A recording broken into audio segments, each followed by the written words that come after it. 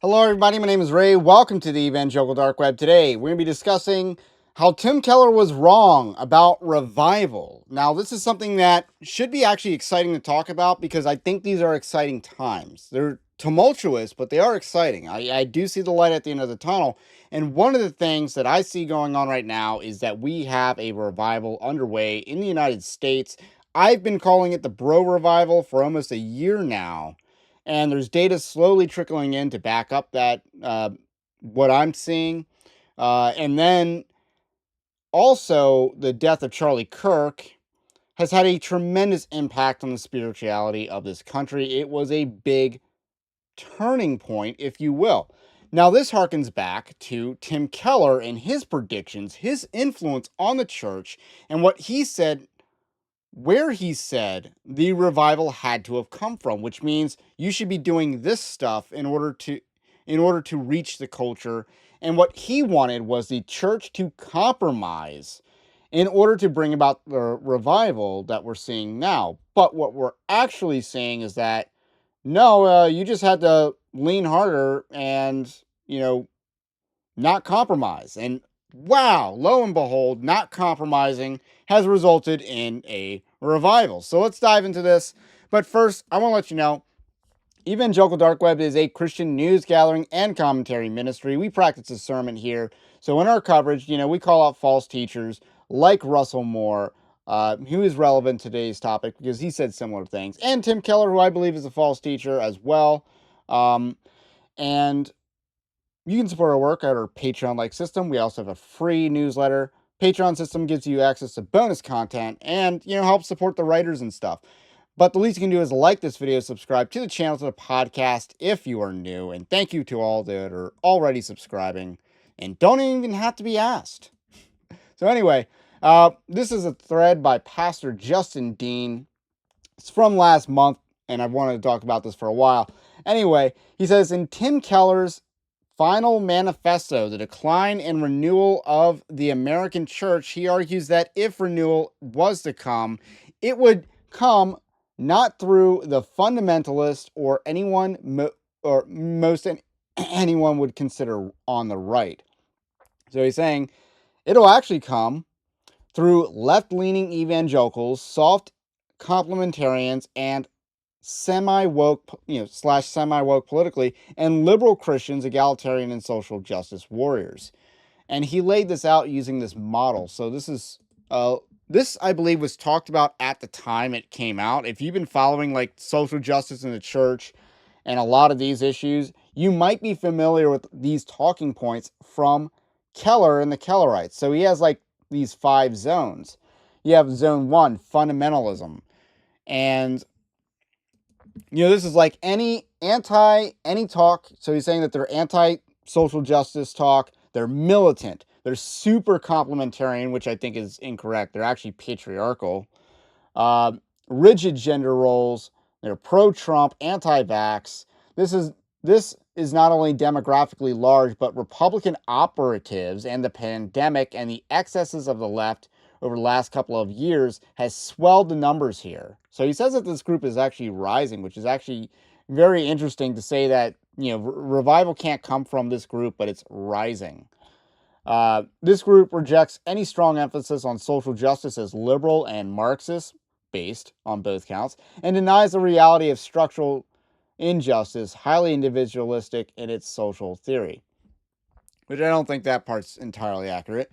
Zone 2, conservative evangelicalism, corresponding to, again, this is where they like to see themselves. They think that they're in 2A or maybe even 2B, which is what we're about to get to. So he says complementarian, but more flexible and less rigid about gender roles, so strict doctrinally, biblical inerrancy, penal substitutionary atonement, will talk social justice, but in a guarded, muted way. And it is only addressed through individual and private charity. Not sure I get that point. Much more stressed on traditional family and sexuality than on race and justice. Sees the mission of the church as strictly evangelism, Trump leaning without wanting to endorse Trump himself. They basically see the woke left as a far bigger threat. So that's 2A. So zone B is conservative evangelicalism. This is where he sees himself as at 2B. also complementarian and conservative by believing in systemic racism and structural injustice, more willing to address injustice with structural measures than just private charity, more willing to, so he wants legislation. That's what the private charity part is about. He's more willing, so he wants, government legislation, affirmative action, and, criminal justice reform that lets, criminals out on the streets. More willing to work with egalitarians without rancor.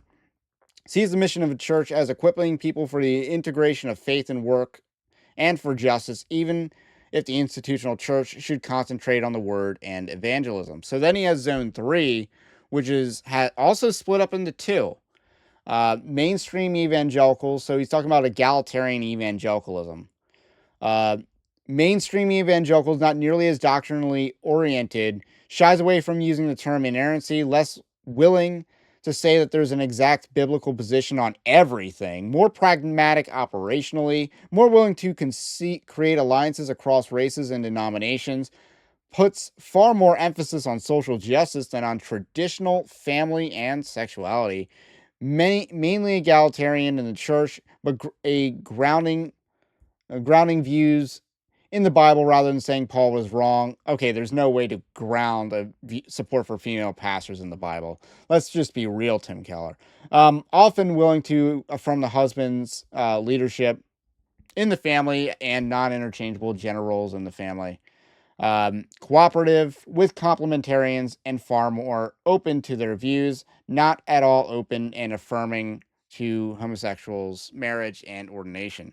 So then he has 3B, so this is where he's drawing the line here. As above, but more consistently and incessantly egalitarian, not willing to make common cause with complementarians because conviction, of the view as misogynistic and unjust. Still affirming traditional prohibitions against homosexuality. Again, don't really believe that a 3B exists, or really, all of this is woke.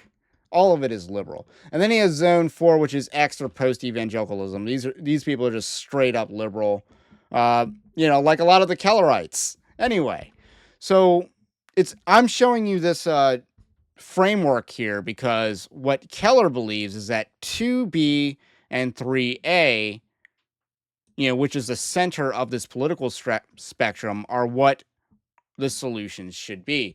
So he says, he argues that this is the zone of renewal. This is where the revival will come from, is a merger or a cooperation between 2B and 3A. So like this, if this is a spectrum, these are the moderates. These are the people in the center of the spectrum.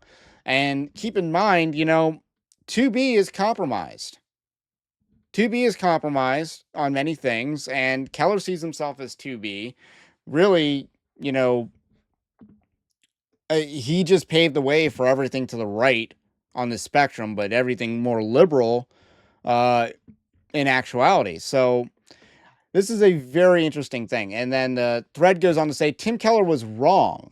Revival and renewal are coming from the Lord through the right. Charlie Kirk was clearly on the right and would be labeled under Keller's definition of fundamentalist. Now, I'm not sure I entirely agree with that. Politically, that is more true than theologically. Theologically, I think Kirk was a little bit, fruity, a little bit more liberal than I would be. Like, he had a tolerance for female pastors, for instance. But politically, he was in zone 1.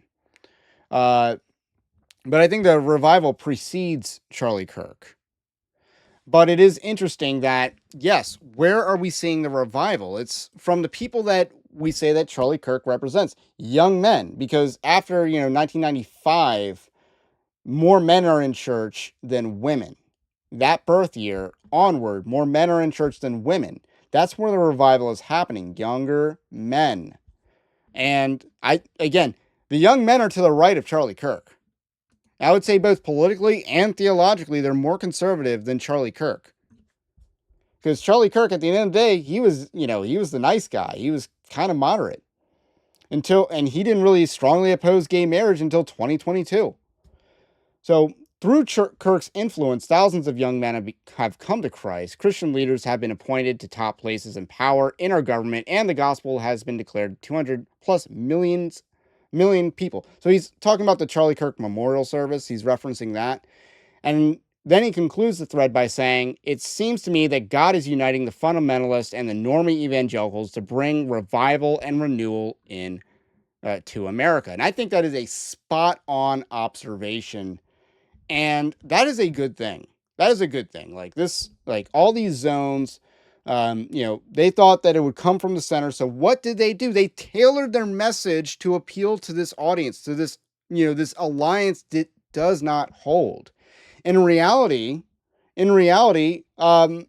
evangelicalism leaning harder into politics, specifically rightist politics, has been beneficial for both evangelicalism and the nation, and ultimately people's spirituality in the country. Because first of all, liberalism is too toxic and does not mesh with evangelicalism, with Christianity. So obviously, if you have half the country that's already more receptive, lean into that, and you will actually see revival instead of trying to hate the people that are most naturally, I don't want to say your customers, but think about it. The church has been chasing the people that are least likely to receive the gospel instead of going after the ripe harvest that could be there. And that is extremely frustrating. Like, the church has been so placated or busy trying to say, how do we reach the gays? Instead of, how do we reach the normie person on the right that's disgusted with the indoctrination and the grooming that's in public schools? How do we reach that person? There's a lot more of that people, a lot more souls to be saved there. And that person is not interested in hearing the church soft pedal homosexuality through side B theology. They're not interested in hearing that. That would turn them off. That would be a stumbling block because it is a sinful teaching. That again, we don't want to place stumbling blocks in our teaching in front of people receiving the gospel. So, with all that said, we have there's a right mission field out there. And, one thing that's true in marketing is you can't appeal to gays and to men. You can't do that. So lean into the men. Lean into the men. That's a right mission field. Lean into it. Lean into it. And the Kellerites wanted to go the opposite way. They have been proven wrong. Like, I'm not going to label this a Charlie Kirk revival, because I think this is the bro revival. You're seeing the gospel preached on Joe Rogan, Hulk Hogan, a lot of figures that are coming to Christ recently. It's very emblematic. You're seeing a lot of political pundits lean into Christianity. Some of them, it's a little bit phony. Others are very genuine. But in either case, they're creating a very ripe mission field for the gospel. A lot of people talk about pre-evangelism. This is a term that's been tossed around in church world. But at the end of the day, right-wing politics is very good pre-evangelism. And it is just absolutely hilarious in some ways how wrong Tim Keller was. So Tim Keller was wrong. Russell Moore, said, hey, evangelicalism is going to lose its credibility with Trump. That didn't happen. That didn't even happen after Trump's first term. Statistically speaking, evangelicalism actually had a boost, from the Trump years. But anyway, it's time not to be afraid. Let's not be afraid of getting into the political. Let's not be afraid of, hey, this is what the Bible says, and applying that in the public square, because it works. And shame on those who taught compromise, who taught third wayism. They have been found out as frauds and idiots, frankly. So that's all I got to say about that for now. My name's Ray. It's the Evangelical Dark Web. Have a blessed day. Stay based. Christ is King. And we will catch you on the next one.